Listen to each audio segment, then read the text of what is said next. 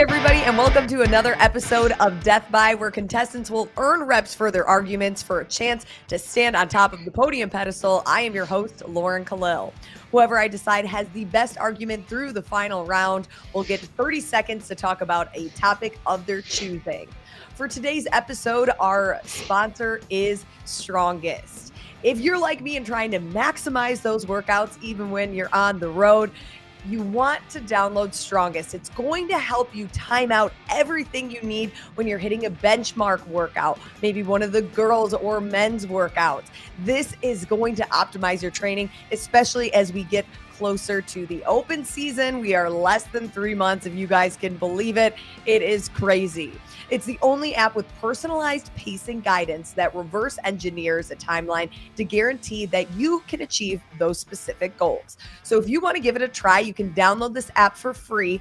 Go into your app store, download Strongest, and start maximizing the training to kick off the season. On today's episode, we have a full stacked show, starting with two-time Affiliate Cup champion and seminar staff head trainer, James Hobart. CrossFit Games reporter Niki Brazier with kettlebells and cocktails. CrossFit semi-final athlete Ellia Miller. And CrossFit Games athlete and a dad ×2 now, still in the hospital with a new little one, Tim Paulson. Congratulations, Tim. How are you feeling? I'm surprised that you're here right now. Yeah, it's baby number 2, and he's basically, dad's useless for a couple weeks anyway, so what else do I have to do? I basically help change diapers and just need to make sure that my wife has everything she needs. Other than that, I'm just kind of here for moral support and some love.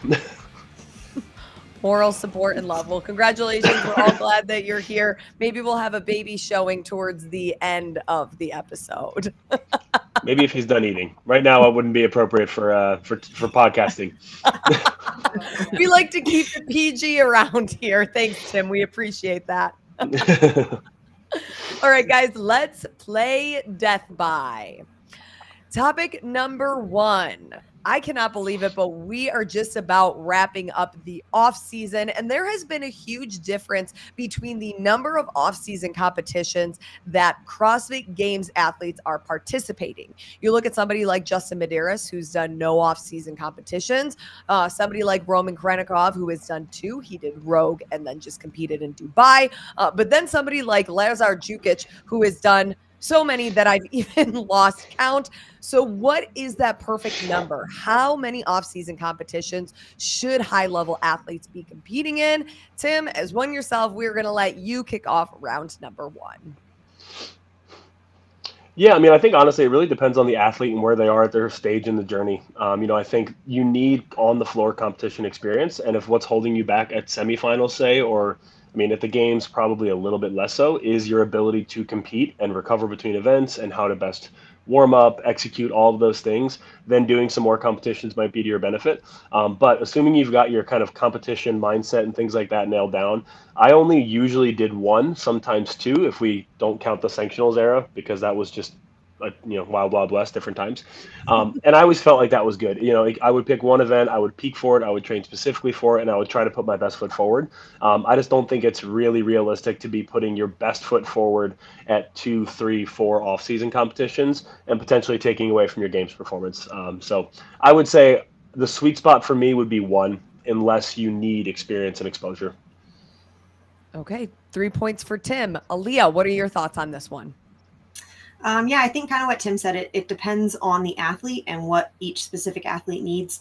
I think if you're somebody who needs the prize money, then yeah, training and peaking for a single off-season competition to try and go win that prize money, I think is a good option.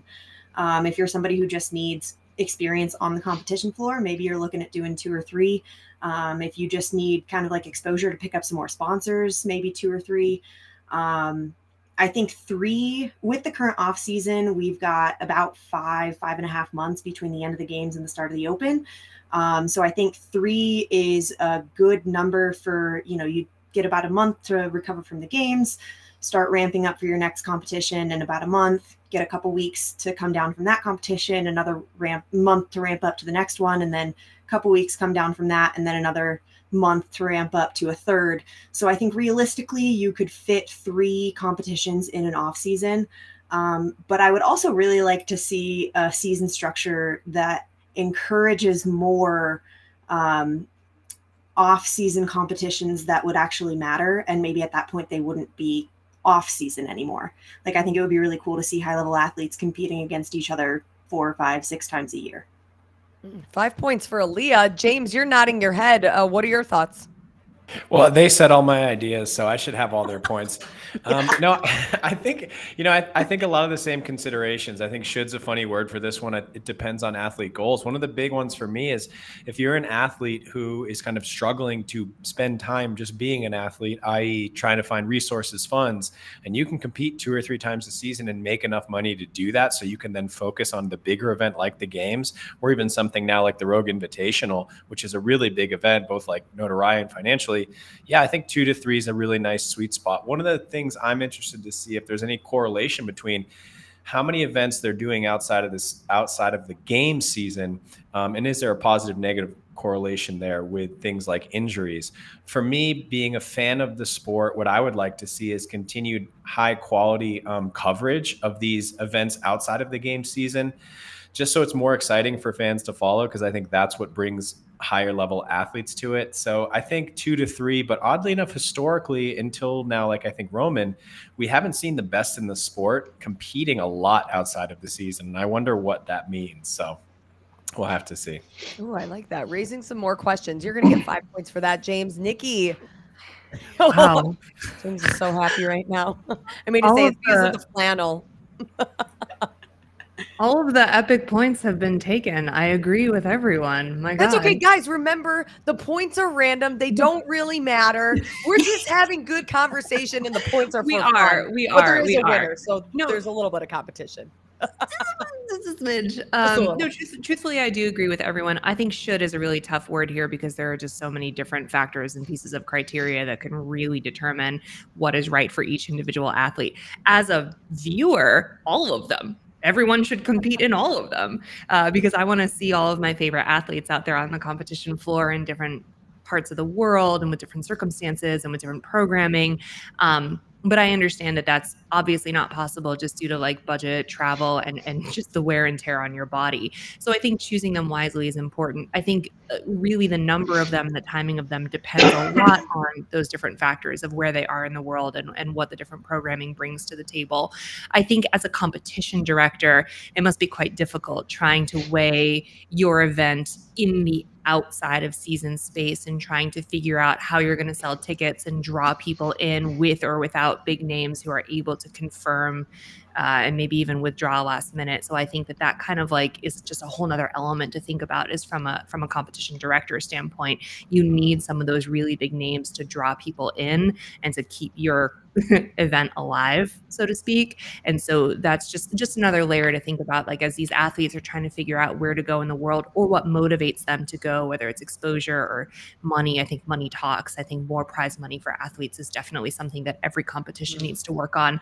But as a director, you got to weigh that against, well, who's actually going to come and how am I going to sell tickets because people want to see their favorite people. And if they're burning out because they're going to too many competitions, that's not going to be fun either. I don't know. 3 points for Niki. I think that the question paints a broad stroke of the topic, but now when we're thinking about somebody who wants to compete and do really well at the games, but also I think as Ellia brought up, you need sponsorships, you need finances. Where's the balance between reaching the goal of top tier fitness to, well, in order to get there, I need the backing of these big name sponsors and people to help me get there financially? I mean, I think if we're being realistic for a little bit, the big name sponsors aren't touching anybody who hasn't been at the games multiple times or had a breakout year. I think that's just the reality of the situation. The sponsors that are going to change your financial stature enough to allow you to like do this as a professional, with 1 or 2, maybe 3 sponsors. So I just don't think that's realistic at all. So I think that's one of the kind of downsides of our current system is that, you know, if you're going to be a semifinal level athlete trying to make it to the games, you kind of need to be generating your own sources of income, because you're not going to make a living on, you know, QR codes and like discount codes. That's just not going to swing it, you know. So I think you kind of have to basically prioritize and balance your life around having a job that allows you enough flexibility to train the way that you need to, and not have the stress that you basically can't afford to have, while, you know, being able to live comfortably enough, basically. Anyway, my 2 cents on sponsors. Any other thoughts on that? I mean, I do think that there is some value in, like, as a semifinals athlete who hasn't made the games yet, I do have a handful of sponsors. And even though they're not, you know, paying my rent and my day-to-day bills and groceries and things like that, I still am getting support from them to cover competition costs, which can be massive. And so if that means that I need to do some more competitions throughout the off season to, you know, satisfy my sponsors and get their name out there, and they're going to help me pay for those competitions, then I'm going to do more competitions.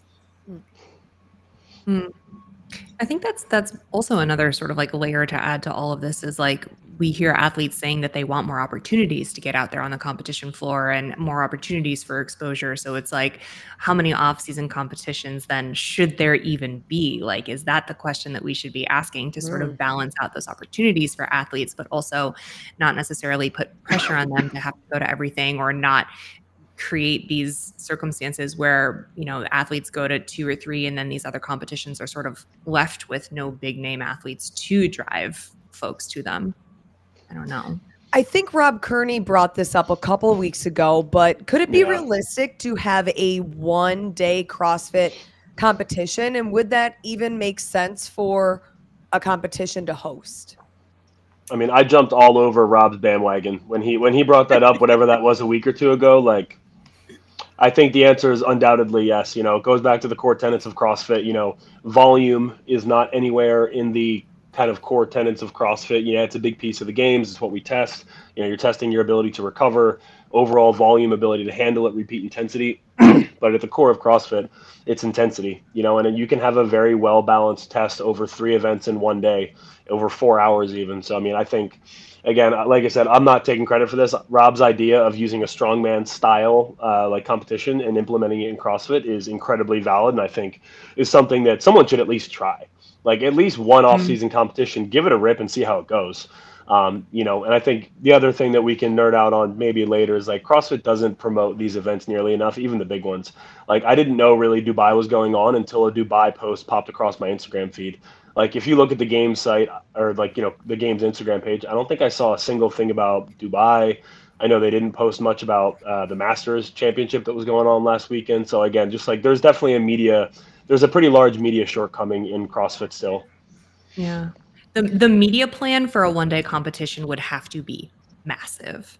Yeah. It would have to, because if you wanted a 1-day competition to really generate the kind of buzz that would make it successful, and that's across the board, successful as far as word of mouth and sort of eyeballs, but also successful in terms of dollars, the actual media and marketing plan behind it would have to be thus that you wouldn't have to rely on people shipping out or traveling or buying tickets for just a 1-day competition. Because I don't know how easy of a sell that is, unless maybe it's in a place or at a venue where there's a whole bunch of other stuff happening, or you treat it like a festival where there's like athlete meet and greets on different days or something. Like, but then now we're really talking about more than a 1 day. If it was a 1-day thing, you would need a media and marketing plan that would, like, you would probably charge for a feed, but the feed would be epic, and that's where you would generate a lot of revenue coming in, and there would have to be just a really solid plan around that, I think, for it to work. Otherwise, it could be the most epic 1-day competition that we've ever seen, and nobody will see it. I think something that could be really interesting, the IF3 has like a medley competition structure that they do. I don't remember the exact details behind it, but it's a certain time window. I want to say it's like 90 minutes or 3 hours or something like that. And they have specific, like, a strength test, a skill test, a gymnastics test, a mixed modal test, a power test. And it's all in a small time window that's small enough to actually be like a broadcast window on ESPN or something like that. So if there were competitions that could do like a condensed format like that, where you're still having a full, well-rounded test, but it's in this nice package that can be sold to a broadcast company like ESPN, I think that would be a really cool opportunity to increase exposure of the sport, get new eyes on the sport in a setting that's not just the games. And it would give more opportunities to those high-level athletes to get their name out there, get their face out there, to sponsors, to new fans who might not know anything about the sport. Yeah, IF3 is actually over. Their stuff's still over 3 days. Like, it's just they have a very specific programming layout. Like, it's not a condensed broadcast version. Like, they have a medley version. So the world championship that they do is a 3-day competition, but they also have the IF3 medley, which is designed to be in a single day in a single time window. Oh, never even heard of it. See, you probably didn't have a media and marketing plan behind it that was big enough for you to really understand it. That's what I'm saying. I don't know that they've actually had any live competitions with it yet, but it is in their rule book as a structure, like a structured competition format. Okay. Lots of ideas. We'll see if this could be something moving forward, as we mentioned with Rob a couple weeks ago, as we keep talking about. And another potential option this past weekend, Fit Fest, it was an elite showcase. So again, low volume, not really beating up these athletes, but it did give us an opportunity to see teams again, bringing a throwback of 6 versus 4. So do we love it or hate it if the CrossFit Games were to go back to 6-person teams? Niki, you will start this round. Oh man, there's a part of me that loves it just purely from a nostalgic point of view, because it was sort of like the good old days back in the day, regional 6-person teams. But from a purely sort of like logistical standpoint, I think I do prefer the 4-person team. I think it's easier. It's certainly easier from a broadcast perspective, not having to memorize all those extra names and trying to follow them on the screen. And it's kind of already crazy enough to understand what's happening as is. But also from a viewer standpoint, I think that we could do a better job telling the stories, the team stories as they're happening, so that people have a better understanding of what it means to be a part of the CrossFit community and compete on a team. And I think if you add so many more people onto the field of play, it becomes much more difficult to tell that story. So I think we should really work on perfecting it the way that it is now before we add additional players to the mix, and sort of see if we can streamline those broadcast stories to bring more people into the gym. Because I think that team is like a total gateway into getting better as an individual. Because if you see that, and it takes a little bit of pressure off of competing as an elite individual or as a semifinal individual, or even just in your gym on the weekend as an individual, like I think we should be promoting that even more, just in a way that's easily digestible to the audience. Right now, we do need better, easier to follow along storytelling. Niki, I like that. 4 points. James, let's go to you next. Yeah, I mean, I can't argue with that at all. The storytelling piece for me is the most important. As fun as it might be to compete with 5 other athletes, I ultimately think it's a logistical challenge for both spectator and athletes on the field. There's just so much more you could do with smaller teams. There's part of me that thinks we should get rid of teams and we should just have pairs. Do we have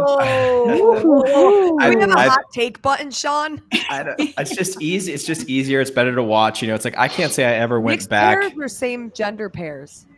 There is I don't know, maybe same. With pairs, you could do mixed. I think just it reduces a lot of logistical burden.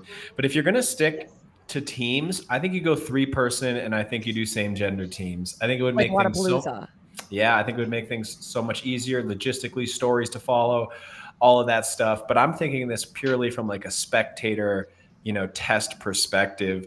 That being said, one of the cool things about the 6-person team is I think, when Dave started putting that together and some of the implements, it really relied on a lot of this, just like, maybe his historical, personal military experience and having this like teamsmanship and camaraderie, especially with a larger group, which is much harder. The meltdown stories on 6-person teams were far better than the meltdown stories on 4-person teams. So my hot take, no teams. Let's go to pairs or 3-person teams, same sex. You know I love a good hot take on the show. Tim's shaking his head, but James, I'm giving you a 6-pointer for that. That's just fun. And I can't wait to hear what Tim says. But first, we're going to go to Ellia. Okay, so full disclosure, I did not have an opportunity to watch FitFest this weekend, so I don't know how that played out. But just based on what I saw on Instagram, it looked like it went pretty well for them. I think with 6-person teams, the way that it used to be at the games, it was a lot easier for a team to kind of like hide somebody's weakness. If somebody had a specific weakness in strength or gymnastic skill or something like that, there was generally the programming allowed for them to kind of hide that weakness. With the 4-person team, I really like that it doesn't allow the team to hide weaknesses, and everybody needs to be firing on all cylinders for everything. I think that makes it a lot more exciting. I think it makes it more accurate test of who is truly the fittest team. Like Niki and James said, it gets very chaotic trying to watch teams of 6 on the floor versus teams of 4. So I think from a broadcast and a spectator perspective, teams of 4 are a much better option for the CrossFit Games. But I do like the idea of having the 6-person team like FitFest did as more of an exhibition style event rather than a high pressure competition event, as an opportunity for athletes to get some exposure, show off some cool skills, make a little bit of money, and not be completely obliterated by the end of the weekend. 4 points for Ellia. I like that concept of, you can't hide anybody. All of the athletes got to show up. Okay, Tim. Yeah. Let us have it. Well, everyone took all the good ideas. What do you got to say to James?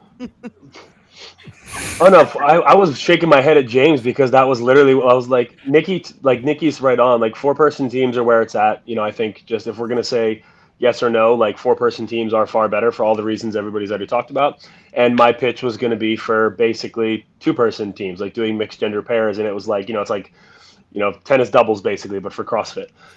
So I guess like my like next step down from there, I think would be, it might be a cool idea and like route to go if we did the professional side of CrossFit was, like at the games where we had like, the team competition or the doubles competition, you have mixed gender pairs, and then the actual affiliate cup was 6-person teams, because then you're actually looking at like, if we're going back to all the reasons that you shouldn't have 6-person teams, it's hard to storytell, things like that, but you actually really want to test the cohesiveness and strength of a group of people.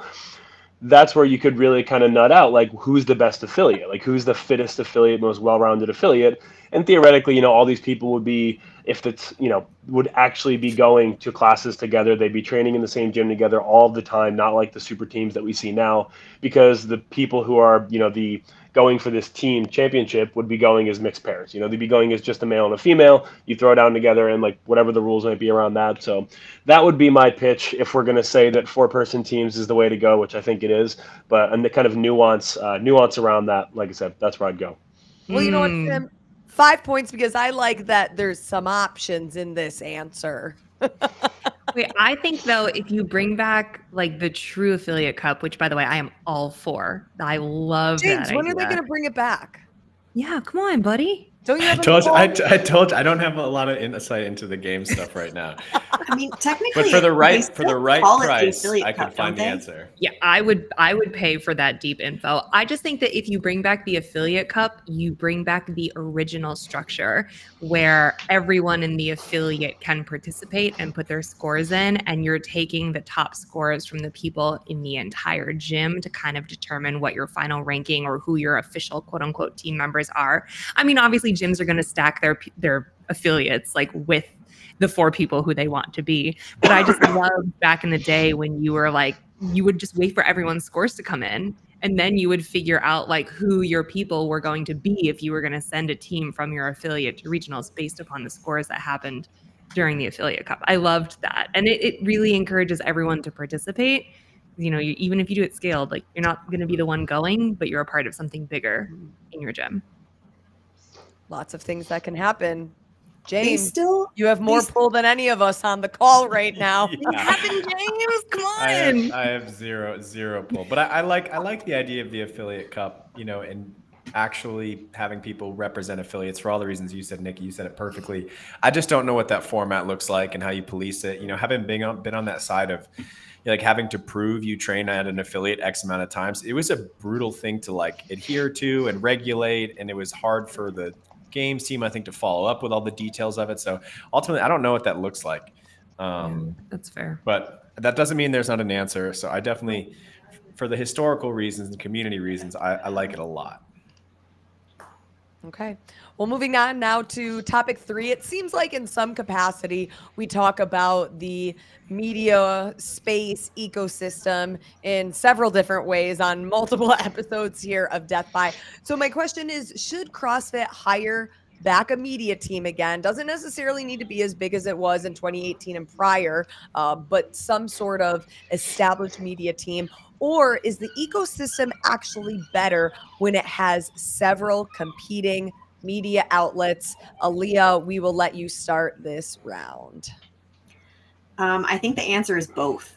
I do think that you can't say both. Pick one. No, I do think that CrossFit needs to have an actual full media team like they used to have. I think that will allow them to be the first to put out information instead of relying on these third-party sources. And it will make CrossFit an actual reliable source of information, because I think right now people don't trust that they will get information from CrossFit right now because they don't have the media team to actually be putting it out on a regular cadence with, you know, the full knowledge of everything going on. Like this week or last weekend, there was one post about Wheelwad Games. I don't know that I saw any posts about the Legends Masters Championship. And missing those opportunities, I think, has a lot to do with the fact that CrossFit doesn't have the media team that they used to have. However, I think having all of these additional competing media sources just raises the level of the content across the board. So CrossFit can kind of control the narrative of what they want to put out, but then you've got all of these other media sources that can almost kind of specialize in other like specific areas of CrossFit. Like Scott Schweitzer from Clydesdale knows everything there is to know about the Masters competition. I think Talking Elite Fitness is you guys have that guy down in Australia who knows all about the Australian athletes. Like having Jeremy Austin. Yes, thank you. Having those third-party sources that can really hone in on a specific topic, I think just adds to the value of media as a whole. But I do think that CrossFit needs a more dedicated media team to control the narrative, to become that reliable source of information. There is a world where there can be both. Ellia, you'll get 4 points for that. James. Oh man, this is a hard one. This is a hard one for me. I think, you know, and not everyone's going to agree with me on this. CrossFit does a lot as a company. And the hard thing about media is it does require a lot of resources. Now, that doesn't mean there's not a good reason for CrossFit to really lay into this and do this again. But what I think is a better solution long-term is for CrossFit to maintain some minimal level of publishing and media team. But I'd like us to find some really awesome partners to do this. Like in my mind, it's like, why couldn't there be a world where like CrossFit is partnered with Red Bull Media House to cover, you know, and produce like really incredible amounts of media? I think it's a wrong approach to say we should have these competing media sources, but media sources we work more closely with to help us cover stories that we think matter both to the community at large, but also CrossFit as a company. I know a lot of this is game centric, and I know that stuff matters a ton. But one of the biggest outcries I've seen from the community and affiliates and coaches is like, hey, we need more personal stories and inspirational stories of how people are navigating their CrossFit journey and transformation stories. That's what got me into CrossFit. That kind of stuff was always what was most interesting to me. So I'm biased there. And I think even when you look at other large sporting events like the NFL and NBA, we're seeing this like hybrid approach to where they are owning some of their stuff, but they're also licensing out stuff and relying on other types of media, whether that's streaming or other platforms, to broadcast their media out into the world. So I like this idea of a partnership model because I think it frees up CrossFit to focus on the things that it is best at. And I know that's a change from I think, how Greg positioned the company and how we really started, but maybe it is time for that change. So that's my 2 cents. 3 points for James. I guess my question to you, though, is if you have all of these still independent media companies, and we, for instance, all go to one event that has multiple divisions, all of those competing media outlets are going to cover the elites because that's what gets views. So then, and that's what sells sponsorships. So then how do you create a team big enough that you have resources to cover some of these other divisions that they might not be covering? Tim has that answer for me. Tim has an answer. I was going to say, yes, please. Don't take all my possible points away from me at the end here, James. There you go. Okay, never mind. We can leave that on the table if we want, and we can just go straight to Tim. Dope. So, yeah, that was exactly what I was going to say is that, like, you know, I think CrossFit needs to control essentially the base value product that they want going out. So, like, they don't have to do all of the media. Nobody's expecting them to do all of the media. But, like, one, the things that other people aren't going to do unless they're paid to do or told. So I think there's basically 2 options. CrossFit can have a small media department that contracts people for very specific projects who are good at that stuff so that CrossFit still controls the narrative. So like they're going to say, hey, you know, whatever, Craig Ritchie, you're going to cover X number of games athletes at the games. Hey, so-and-so, you're doing this, that. And then you have other people that you say, hey, you have a contract for covering affiliates. So you are going to go out, you are going to tell the stories of these people because this is what we want to see.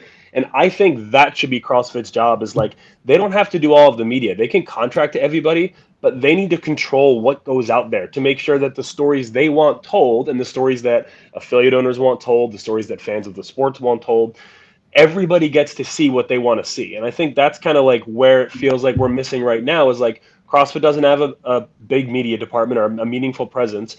So you see the same people and the same stories covered over and over again because exactly like, you know, we were just saying, people are going to do what gets them views and clicks. You know, like they're not going to cover the stuff that isn't necessarily going to possibly blow up and go viral. Like that's what people are going to cover is like, you know, they want to make a living. They're not necessarily going to cover the things that need to be covered and are best for CrossFit, the brand, for CrossFit affiliate owners, things like that. So I think that's what it really comes down to is like CrossFit just needs to take control over the narrative by hiring people. And again, yes, paying money because you are building your brand, CrossFit. Like you need to tell the story of CrossFit. If you don't tell the story of CrossFit, somebody else will do it and they may do it a disservice. So I think that's where things could get a little gray and kind of have. Rant over. And he will now get off of his soapbox after he earned 5 points for that answer. I like those ideas, Tim. Niki, what are your thoughts here, especially kind of being in the thick of it? You're making me go last. Oh my God. I could talk about this for like an hour. Okay, how much time do we got, guys? Okay, let me try to organize my thoughts. I think I understand what everybody is saying, and nobody inherently has bad ideas except for James, who said don't hire a media team. You have to hire a media team again, and I think it should be bigger than it was back in the glory days, but take that with a grain of salt because you know where I'm coming from on this. At the end of the day, I understand controlling the narrative, and I fully agree with that. I understand having contracted partners to help out with very specific pieces of content if you can't have a massive internal team. But without a solid internal team, who is going to direct those contractors? Who is going to take the raw footage in and then do post-production on all of it? Who is going to develop a cohesive strategy across the board so that we even know who to hire for what content, for where? Media in general is a massive word, and it means so much more than a guy or a gal with a camera. And without an internal team really connecting what the needs are from a marketing and media perspective to the rest of the organization and all of its different silos, there will be absolute chaos, and there will be only people covering the elites, and there will be a complete lack of storytelling on any other front. I think CrossFit is doing so much now to expand the competition landscape, to have all these extra events where we are now focusing solely on one division over another, and without hiring internal people who can really work full-time, 40 hours, maybe even 60 hours a week on all of this cohesive media and marketing, that we're not going to be able to do the due diligence that we need to not only highlight each and every individual individual division on a competition basis, but also to go out and tell the inspirational stories of the people and the affiliates and the people finding CrossFit for the first time. I just think it's really idealistic to be like, well, let's just hire people around the world to do the things in their own boxes. But you need a team of people and a team of brains behind all of that work in order to actually make it something that CrossFit can leverage and use for the business. Otherwise, it just won't work. But I also think, and Lauren, you can appreciate this too, like as a former journalist, you can't have a monopoly on these stories. You need the competition out there in order to continue to push CrossFit to be better. But from Tim's argument, I truly agree that CrossFit has to own the narrative, and from Ellia's argument, so that people trust them. Because if the information and if the greatest stories are coming from other storytellers, then we have nothing to fall back on as an organization, you know? And also, it's like, do you have anything to say to that? Sorry, James. No, I'm a big Niki fan. I like the way she frames things. Part of me is like, hey, if I was opening a rec for a role in CrossFit Media, like, hey, I know where I would send a resume request. I'm very expensive. They can't afford me. Well, there you go. So then lower your standards. But I do love what James said about like all these wonderful sports content houses. Like it does make sense to sort of have resources in other places, but who is going to explain to those people what a thruster is? It's not the CMO. You know what I mean? Like there has to be internal people who are, and anyone who's worked on the broadcasting time, I'm sure Sean is like shaking his fist at the screen right now from the back. You know, anyone can explain that even when we outsource stuff from a broadcast perspective to like local people who are boots on the ground at the competitions that we develop around the world, there are broadcast employees who are out there educating the people on you got to shoot this, and this is what a toaster bar looks like, and don't shoot them from this angle, you're going to shoot them from this angle, you're going to get like a whole bunch of crotch in the shot. Like there's all sorts of like really specific things. That's what the people want, Niki. What the people want. Give them what they want to see. What the internet wants always isn't the best. There's just so much specific CrossFit information that we need to be able to manipulate internally in order to get like the external limbs of all of our partners and whatever actually working for our benefit. Yeah. Core to extremity, James. Oh, just dropped the level 1 on James. I love it. Hey, that means it's full circle. That's a good sign, man. That's a good sign. King of the Air Squad over here just got the level 1 manual dropped on him. Hey, James did my level 1 like 12 years ago. So just saying. See? Go way back. Austin Maliolo did mine, so a close the compatriot. Student has become the master. Nah. Yeah, I think my what all of this like says to me is I think there's a lot of frustration with CrossFit's seeming inability to just grasp how important media is. And I think like we've had a couple different, kind of like private owners and things like that kind of floating in over the last couple of years. And it just seems like nobody seems to understand that we are in 2023 and how important the value of brand building is and like how important your media presence is. It seems like they don't get it. And I don't understand why. And I guess that's where my biggest frustration comes back to is they just don't. Everybody here, everybody in the comments section, everybody on Instagram, which is basically most of humanity at this point, understands how important, your presence is on social media and the messaging that you're putting out to people, but CrossFit doesn't. And most companies understand that.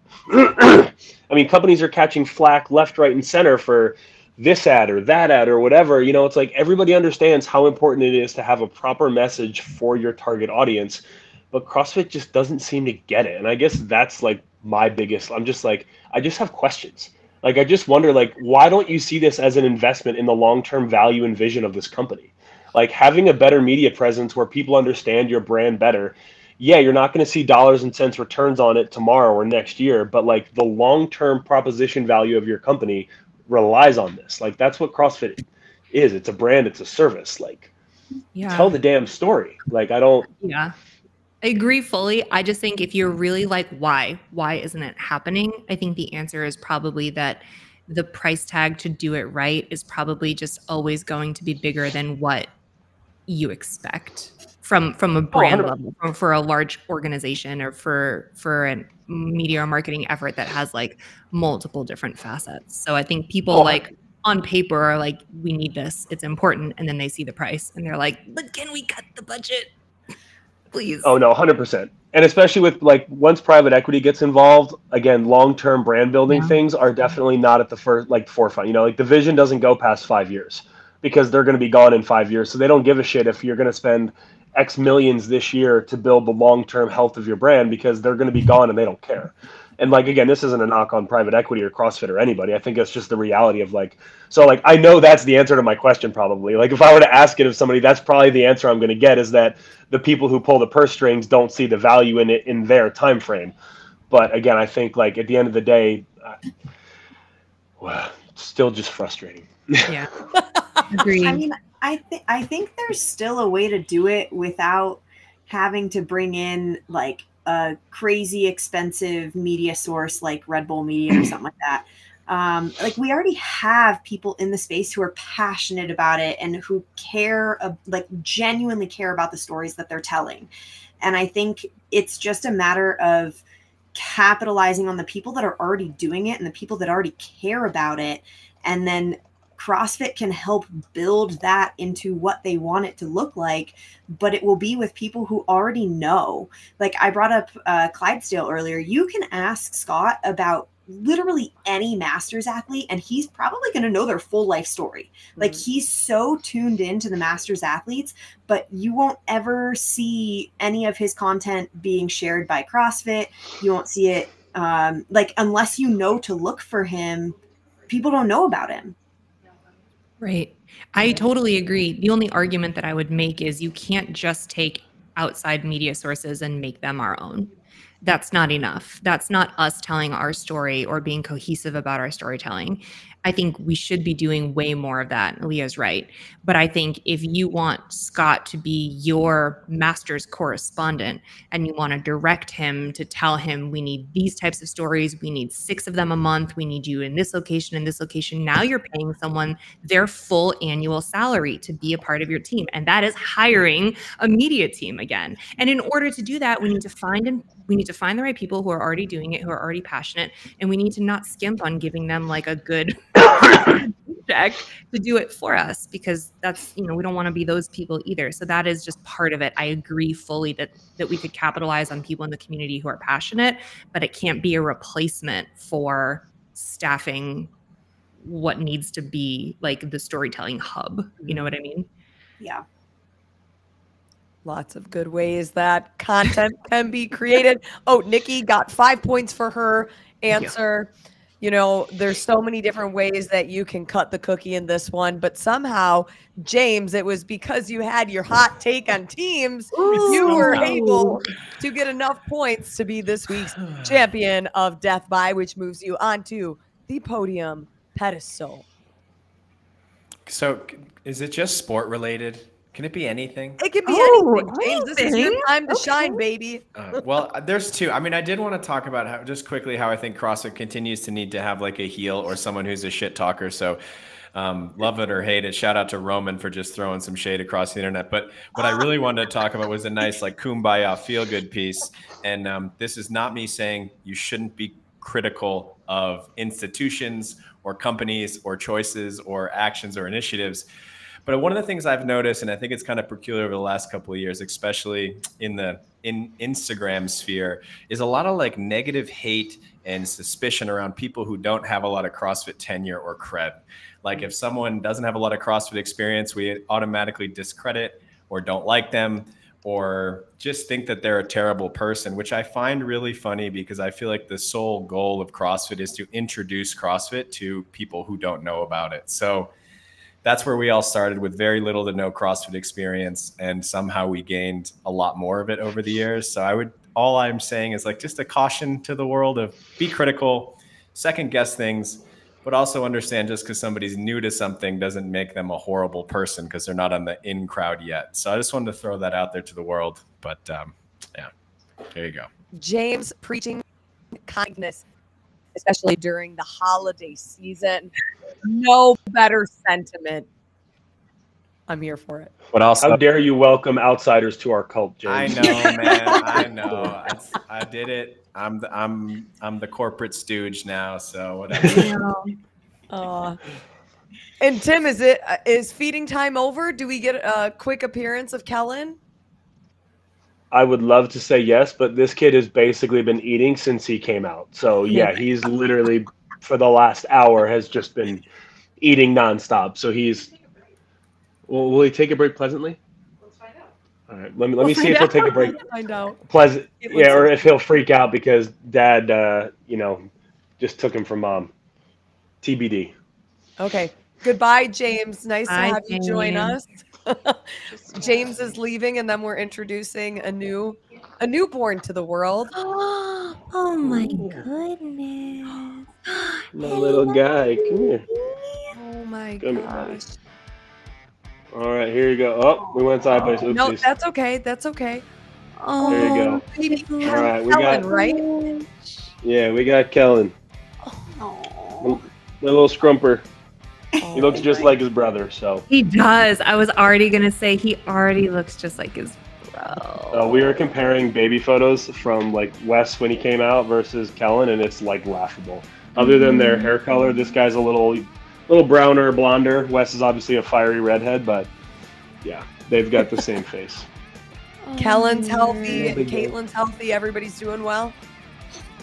No, everyone's Wes great. love him? Caitlin- Oh yeah, it was adorable. He met him last night for the first time and was a little like, this is kind of weird and new. He's actually here now, but then like today he came in and was like very like emotionally in touch with him and was like it was very sweet. So he's gonna be a good big brother. It's cute to see. That's great. Well, Tim, You're ready congratulations. for a nap. Guys, Thank you, guys. thank you so much for being on this episode. Tim, especially from the hospital. Niki, Ellia, James had to bounce. He won. Somehow he gets sneaky in one round, and that just kind of carries him through. He takes it out. Thank you guys for joining us for another episode of Death By, and thank you to our sponsors, Strongest. Again, you can download the app for free. Perfect time to get started as we wrap up the holiday season or get into the holiday season before we hit the open season. And we'll see you guys next time.